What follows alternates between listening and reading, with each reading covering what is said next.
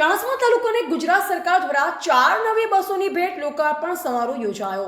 ગુજરાત રાજ્યની ભાજપ સરકાર દ્વારા પ્રજાને વધુ સુવિધા અને સરળ પરિવહન ઉપલબ્ધ થાય તે હેતુથી ચાણસ્મા તાલુકાને 4 નવીન બસોની ફાળવણી કરવામાં આવી છે। આ નવીન બસોનું લોકાર્પણ આજરોજ સવારે 11 વાગે ચાણસ્મા બસ સ્ટેશન ખાતે કરવામાં આવ્યું। આ પ્રસંગે સ્થાનિક આગેવાનો, જનપ્રતિનિધિઓ તેમજ અધિકારીઓ ઉપસ્થિત રહ્યા હતા। લોકાર્પણ કાર્યક્રમ દરમિયાન ઉપસ્થિત મહાનુભાવો દ્વારા ગુજરાત સરકારના વિકાસલક્ષી પ્રયાસોની પ્રશંસા કરવામાં આવી હતી અને જણાવ્યું હતું કે આ નવી બસોની શરૂઆતથી ગ્રામ્ય તથા શહેર વિસ્તારો વચ્ચેના મુસાફરોને વધુ સુવિધા મળશે।